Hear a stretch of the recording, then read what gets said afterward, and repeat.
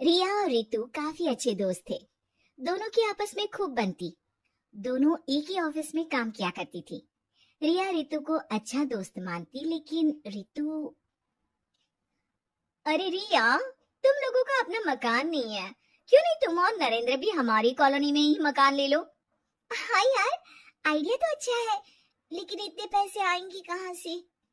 अरे, हमारे होते हुए तुम्हें घबराने की जरूरत नहीं है। रुको, मैं अपने दूर के एक भाई से बात करती हूँ। उसका यही काम है, लोगों को घर दिलाना। थोड़ा सा कमीशन लेता है, लेकिन मार्केट के रेट से कम दामों में घर भी दिला देता है। अरे वाह, तुम अपने भाई से बात करो, मैं नरेंद्र से बात करती हूँ। रितु रिया के जाने के बाद अपने भाई को फोन करती है। अरे भाई, कोई मकान बिक रहा हो तो बताओ, मेरी एक सहेली को चाहिए। अरे है ना, पूरे 40 लाख का है। ओ भाई, ठीक है, फिर मैं उसे 45 लाख का बोलूंगी। दोनों मिलकर 5 लाख का आधा आधा बांट लेंगे, ठीक है? रितु रिया को मकान दिला देती है, लेकिन एक दिन उसका नया मकान देखने नरेंद्र की बहन आती है। अरे भैया, मकान तो अच्छा है, कितने का लिया? तुम्हारी भाभी की सहेली ने दिलवाया है, बड़ा ही ठीक रेट में मिल गया नीरू, सिर्फ 45 लाख का। तभी नीरू का पति बोलता है। नरेंद्र, ये तो बहुत महंगा है। मेरे दोस्त ने भी यही मकान सिर्फ 38 लाख में लिया है। चलो मैं तुम्हें उनके घर ले चलता हूँ। दोनों नरेंद्र के जीजाजी के दोस्त के घर जाते हैं, जहाँ उन्हें रितु का भाई मिल जाता है। क्या बात है, आपने हमें धोखे से महंगा मकान बेचा है। पता है कितनी मेहनत की कमाई का पैसा है। अब ये तो आप उन मैडम से पूछिए जिन्होंने आपको ये मकान दिलाया है। उनके कहने पर ही मैंने ये रेट लगाया था। अब नरेंद्र को रिया पर गुस्सा आ जाता है। वो रिया को कहता है। रिया, तुम्हारी सहेली रितु तो एक नंबर की चालबाज और धोखेबाज निकली। मैंने उसके कहने पर इस मकान के 7 लाख ज्यादा खर्च किया है। रिया को भी नरेंद्र की बात सही लगती है। वो चुप हो जाती है। अगले दिन रितु रिया से मिलती है।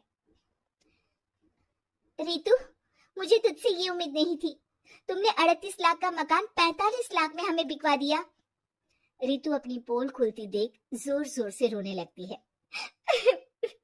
अरे मैंने क्या बुरा कर दिया, तेरा भला ही तो सोचा था। अरे तुझे उस प्रॉपर्टी डीलर की बात पर भरोसा है, लेकिन अपनी सहेली पर नहीं। रिया को रितु के आंसू सच्चे लगते हैं और वो उसे शांत करती है। अरे अच्छा, शांत हो जा, चुप हो जा। सॉरी, हम लोगों की ही गलती है। हमें मार्केट में पहले रेट पता कर लेना चाहिए था। चल सॉरी। अब रितु आए दिन लोगों से रिया के पीठ पीछे बुराई किया करती थी। रितु अपनी ही दूसरी ऑफिस के सहयोगी से कहती है।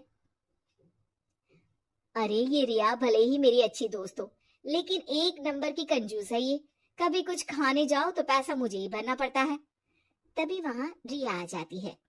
अरे रितु सॉरी यार, वो कल के खाने के पैसे तुझे देने पड़े, चेक कर ले। अब मैंने तुझे पेटीएम कर दिया है। अच्छा चल, मैं जा रही हूँ। रिजाइन जो दे रही हूँ, बाद में बात करते हैं। रिजाइन? क्यों? तूने अपनी बेस्ट फ्रेंड यानी मुझे भी नहीं बताया, क्यों? अरे नहीं यार, ऑल सडन प्लान बना। दरअसल ये नया घर का ईएमआई निकालनी काफी मुश्किल हो रही है, तो सोचा घर पर ही कोई बिजनेस कर लूं। अब इतनी थोड़ी सी कमाई में हो नहीं पा रहा है ना। अच्छा अच्छा, क्या बिजनेस करेगी? देख, तू तो जानती है कि यहाँ मुझे सिर्फ 15,000 मिलता है, लेकिन घर में बच्चों का प्ले स्कूल खोलूंगी तो पूरे 4,000 एक बच्चे से मिलेगा। 10 भी आ गए बच्चे तो पूरे 40,000 की कमाई, वो भी घर पर रहकर। है ना अच्छा आइडिया? रितु को रिया की बात से जलन होती है। वो कहती है, अरे फिर 10 क्या 50 बच्चे का ही सोचना। अरे कहाँ यार, घर में इतनी जगह कहाँ। सुन ना, एक काम करते हैं, हम मिलजुल कर किराए का मकान लेकर उसे सजाते हैं। फिर ज्यादा कमरे होंगे तो ज्यादा बच्चे आ सकेंगे ना। हाँ, लेकिन मैं एक बार नरेंद्र से पूछ लेती हूँ। रिया नरेंद्र को सारी बात बताती है। देख लो रिया, मुझे तुम्हारी इस सहेली में जरा सा भी विश्वास नहीं है। अरे नहीं नहीं, वो ऐसी नहीं है। मिलकर काम करेंगे, जो पैसे आएंगे आधे आधे बांट लेंगे।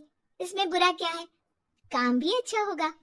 फिर क्या था, दोनों मिलकर काम शुरू करते हैं। पूरा कमरा बच्चों के हिसाब से सजा दिया जाता है।